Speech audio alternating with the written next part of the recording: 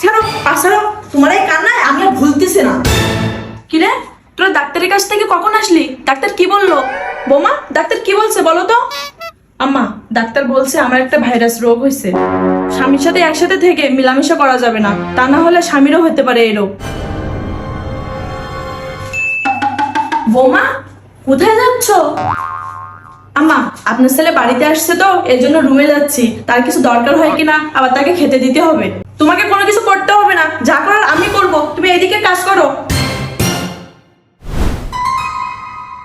বৌমা, তোমার বাচ্চাকে নিয়ে আজ থেকে আমার রুমে থাকবা। কেন আম্মা, আমাদের রুম থাকতে আপনার রুমে থাকবো কেন? তোমার যা রোগ হয়েছে ঠিক না হওয়া পর্যন্ত এক রুমে থাকবা না, বলা যায় না কখন কি হয়। আম্মা, কিছুই হবে না, দরকার হলে আমি নিচে থাকবো। আমার স্বামীর থেকে আমাকে এত আলাদা করে দিবেন না। না না, এক রুমে থাকাই যাবে না। আর তুমি কিন্তু আমার থেকে বেশি বুঝতেছো। যদি নিজের ভালো চাও তাহলে আমি যেটা বলছি চুপচাপ মেনে নাও।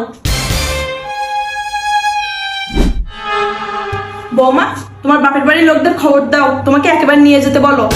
কেন মা, আমি একেবারে চলে যাব কেন? আমার ছেলের কষ্ট আমি আর দেখতে পাচ্ছি না। সে টেনশনে টেনশনে মরে যাচ্ছে।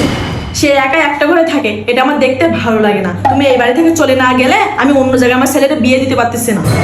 আম্মা, এসব কথা বলবেন না, আপনার পা দুইটা ধরি। আমার একটা বাচ্চা আছে, তার কথা একটু ভাবেন।